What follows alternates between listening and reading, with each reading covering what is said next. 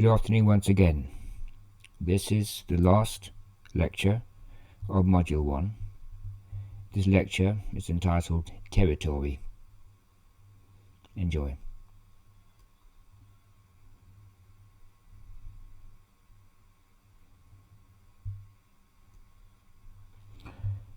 Right, when you have the responsibility of conducting safaris, making expensive dreams come true, and enhancing a once-in-a-lifetime wilderness experience for your clients, your major source of expertise must lie in your relationship with the animals they have come to see.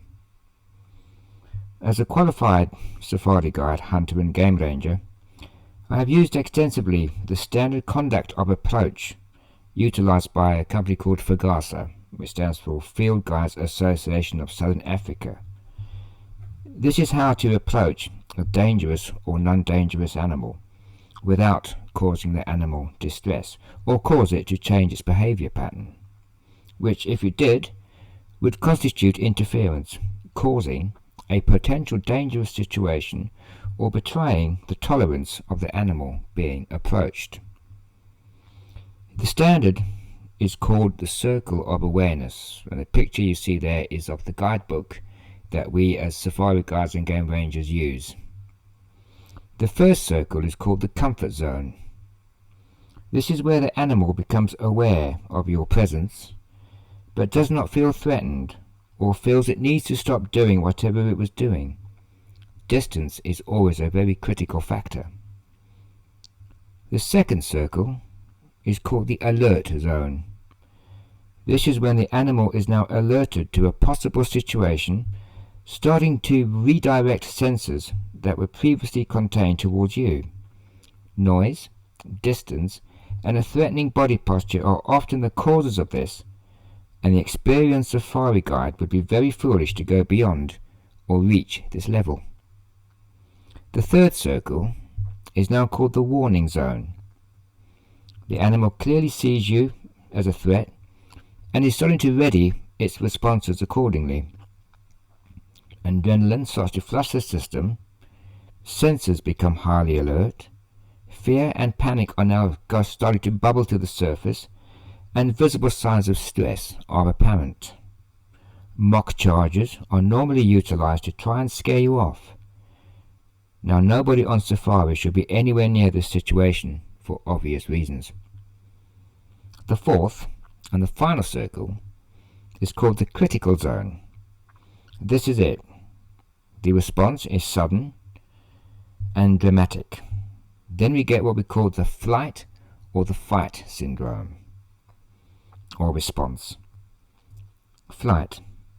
The animal will break off contact and endeavor to run as fast as possible away from you and to gain as much distance between you. Fight. The animal will now attack you with full and murderous intent, with only one outcome, your death or the animal. The least desirable outcome. Only absolute foolishness would get you into this kind of situation in the first place. The exception obviously being hunting, when you get as close as you can, then 10 yards closer. The reason why I have outlined this comes to our next study.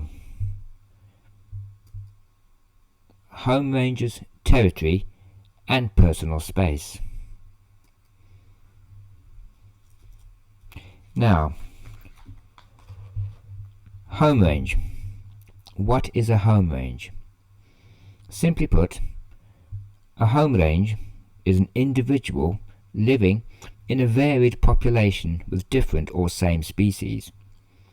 A home range of a pride of lion, for example, would incorporate but not share other prides of lions. Prey species like zebra and wildebeest. For example, the Southern Kruger Park could be called the home range of 15 lion prides or 100 elephants, etc. I mean, those numbers are used for examples only. Elephants have huge home ranges, dictated to by rainfall and food availability. Lions have the same, dictated by prey availability and the natural phenomena of gene flow. The advantages of a home range are selective breeding in a high density population. and retention of juveniles in populations whose numbers are below the carrying capacity of the habitat. Sometimes enforced dispersion of juveniles and defeated adults to other populations, once again gene flow, or to occupy to unused habitat as well. Right, territory. What is a territory? A piece of habitat that an animal does not share with members of the same species. The territory is protected with utmost aggression against others that intrude, and the ritualized territorial displays discussed earlier have evolved in responses to this. The advantages are uncontested access to foraging area. Also, enhanced attractiveness to females. Pair bonding, courtship and mating is more successful, uninterrupted and peaceful. Reduced disease transmission. Enhanced productivity in the present ecosystem. For example, a crocodile will remove the rotting material from its own environment by eating it. A hippopotamus seen here will act as a natural dredger by walking up and down and sunbathing on its own sandbanks in river bends, thus wearing it down and keeping the river clear.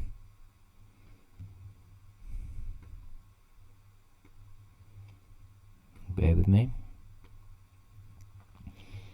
Elephants would uproot trees, eating them, dispersing the seeds to other areas, leading to species flow in plants. The dead tree would act as a wind or water break, anchoring the topsoil in one place. Termites would take the nutrients underground to enrich the soil, as would the natural breakdown via bacteria of the wood.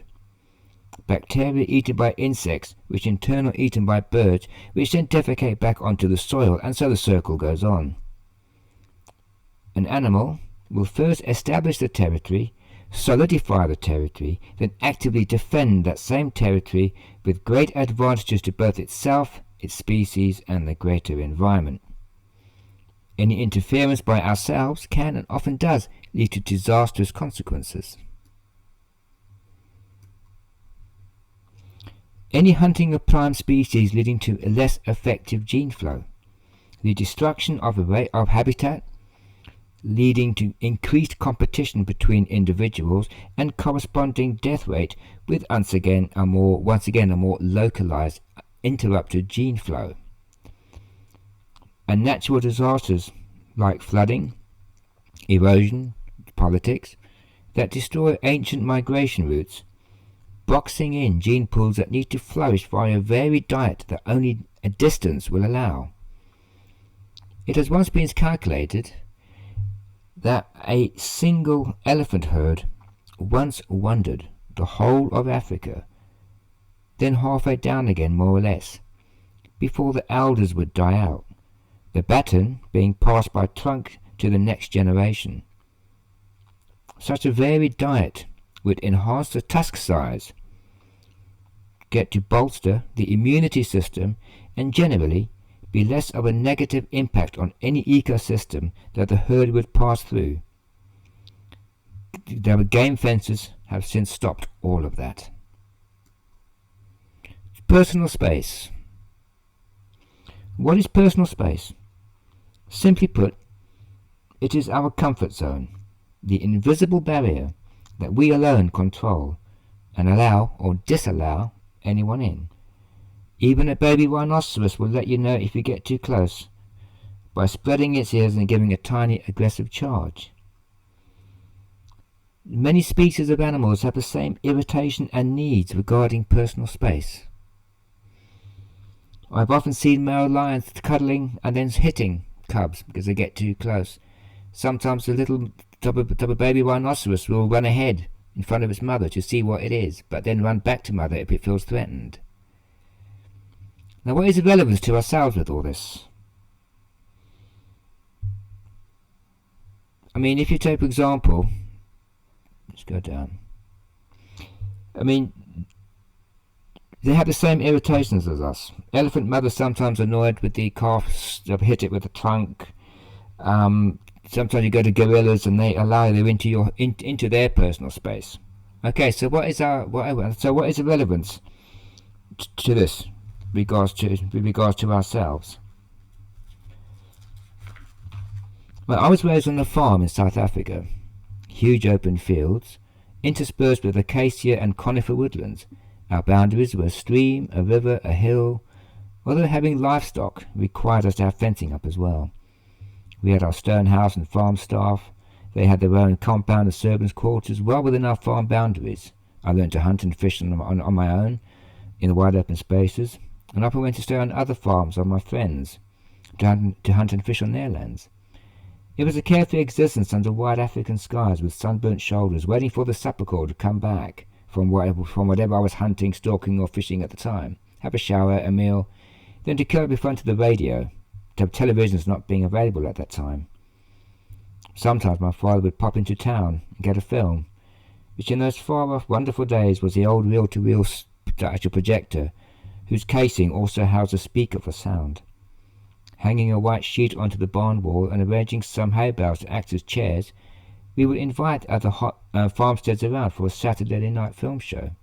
Excitedly, we kids would cluster in front of the screen. The lights would be turned off and the show would commence. Halfway through, during the interval, we would get started. A barbecue would begin, drinks would appear, and the adults would cluster, discussing the weather, farming, etc. We children would then happily reenact the film we had just seen normally, a western or a war film like Kelly's Heroes, etc. Then we would head back into the farm for the second film. Now the reason why I'm saying this, really, is why is all this relevant? That's me when I was a child on the farm. Why is all this relevant? I mean, the farm was our territory. The town was our home range. The guns were in the house for possible deterrence against a takeover, and we had enough of our prey available, which were our farm animals and crops, that we had cultivated, i.e. hunted, and then ruthlessly protected against same-species competition, rustling, theft, and later on farm takeovers. In other words, we echoed the natural world system of territorial habits and habitats. However, there is one glaring difference, one habit that is uniquely human that actually coupled with the ability to hate marks us out as a singular species. Friendliness with species not related to our part or our pack. That's a picture of the game rangers of myself at the Sabi Game Reserve.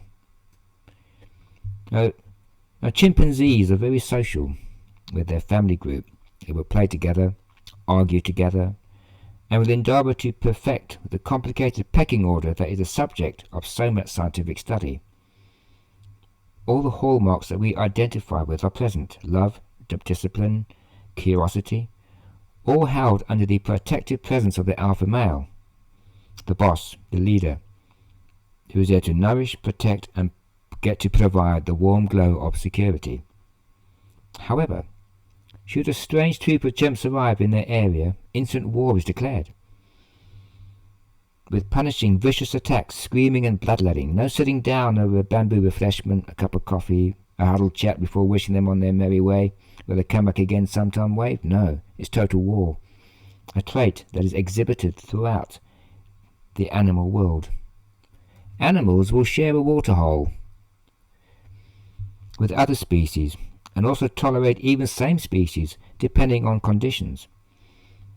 All animals drinking keep a respectful distance, but occasionally squabbles break out as jostling for drinking space takes place. I have personally seen an elephant give a buffalo a hefty clout with his trunk for having the actual temerity to try and muscle in on his space. A predator arrives, and immediately the mood changes, with animals giving the lion or leopard or cheetah a wide berth, although not running away, as a predator exposed in the open is not a hunting predator but a thirsty predator, and its mind is on water. Now, humans in the home range share a bar or a restaurant with others of the same species, keeping respectful distances sometimes, but often genuine social interaction takes place. When I was in Japan, that is what they call a pachinko parlor, which is like a Japanese form of pinball. And you go in there, it's about the same size as a supermarket. Excuse me. And these people are in very close proximity to each other, all playing the same game. Being friendly, communication, social interaction taking place, unconsciously starting the mating rituals, or with aggressive body language in response to a threat, real or imagined. It's the same with a bar or restaurant or any kind of gambling venue, wherever you go, really. In fact, it is humans who actually go out to these places in the hope of meeting others of the same species for relationship, friendliness, companionship. An activity that's not shared by the natural world. Are we the only organism in the world that has the capacity to feel lonely? I wonder. I've always said, what about whales, elephants and dolphins who actively pine to death in the absence of their relatives and species? I've always said, if you were the only human being left on this planet after some plague or whatever, how would you react? Sure, all the money that you now will never need is yours. You could occupy the largest mansion, drive the flashiest car without having to worry about paying for petrol or road tax, go where you want, do what you want, and be the ruler of your suddenly empty world. Inside a year, you would empty all the clothes shops of mannequins, some to sleep with, most to talk to, and some to have a substitute stranger standing still and lifeless outside your territory, yet still in your home range. Inside 2 years, you would most likely be insane from horrific loneliness, and dead pretty soon, most likely by your own hand. Sounds grim, but the fact is, we need each other. That's a simple, straight rule. Our home range is our comfort zone, with the shops that we look forward to going to, the concerts that we go and sit next to strangers, comfortable with each other's presence, even though we don't know each other. The restaurants where we share food without hunting, and to bars and nightclubs where we actively pursue social interaction. However, all this changes when it comes to territory. Territory, to my knowledge, there is not one case of a hotel in the natural world where animals, exhausted through hunting or migrating, can congregate, rest up, and recharge batteries. That trait is human only. We will defend our territory with vigor and deadly intent, should a takeover be attempted, on our land and our family. Friends will happily share our territory for a certain amount of time. Strangers might be welcome due to circumstances, but mostly have restrictions placed upon them. Family members will not be shared, and woe betide anybody foolish enough to try, death being the preferred result. Should outside situations change, such as a war or natural disaster, the family unit becomes even tighter, and the borders are even more fortified. I remember on our farm when the black troubles broke out, with farmers being massacred and their land taken, of troubled unrest in the townships, with threats being issued against the whites in general, threats of horrific mutilation and death. I remember our neighbour got attacked, and they beat him with a crowbar. Remember having water barrels against the back door in case of siege, sitting on the roof, working out angles of rifle fire, and keeping boxes of soft-nose ammunition always close to guns that were always within reach. In other words, we were ready to defend our territory with utmost ferocity and intent. The difference is that we were also going to protect our servants and farm staff as well, being ready to go to other farms' aid if they were being attacked, because they were friends. All this, as history has shown, is perfectly natural, and has been a distinguishing feature of the human story. However, I feel that the industrial blunting of our senses, warped by buildings, often the territorial instinct has been warped by buildings and noise, not sky and trees. We notice the almost insane fixation on having the same parking space, the same seat in the restaurant, the jostling for a window seat to try and broaden your perspective in a confined space, and the vicious neighbourly disputes over a clump of weed or a piece of shrub barely an inch high. There were television programs are being made about nightmare neighbours, forced to live on top of each other, either declaring war on each other normally over territory, often ruining their own health in the process. Excuse me again, sorry. Road rage is another anomaly, with more and more cars vying for the same piece of road. as possessions are hoarded with intent, even though they serve no use to the person. The presence fulfilling the natural instinct of millionaires with billions and billions of dollars in their bank accounts, money they will not spend even for good.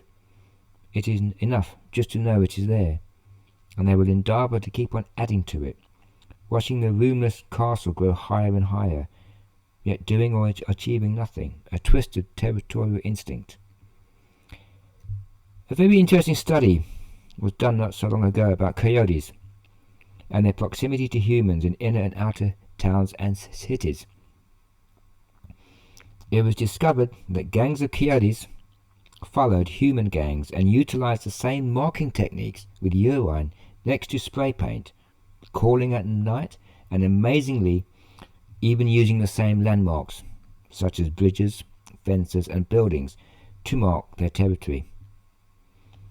I firmly believe that the territorial instincts in humans have contributed to our survival and has enhanced the biodiversity and gene flow of our species. Unlike other species, we have human-only traits that mark us out as unique. Unfortunately, the modern material world has often warped and twisted our perceptions to a degree that has shrunken our horizons and has not broadened them, shrunken them where obsession and fixation on minutiae has taken the place of the healthy expansion of family and land that normal territorial behavior and homogeneous acceptance brings.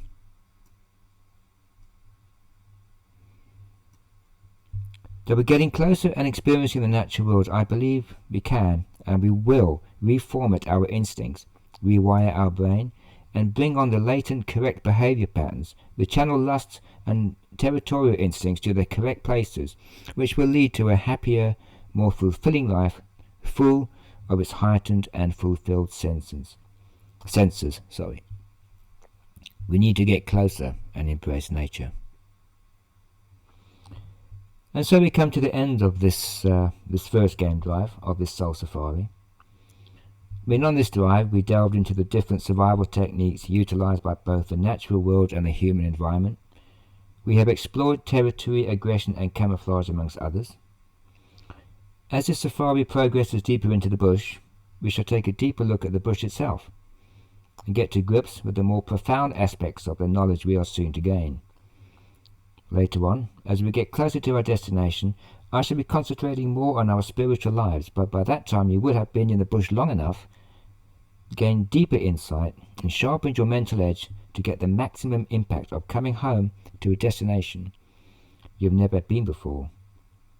The old saying that a journey starts with a few steps is true, not only in the physical world, but just as relevant in the spiritual world as well. Just as an infant takes its first faltering steps, so it is with the psyche that has been tampered down by modern society and living in a throwaway culture. The word safari comes from the Swahili language and it means a journey.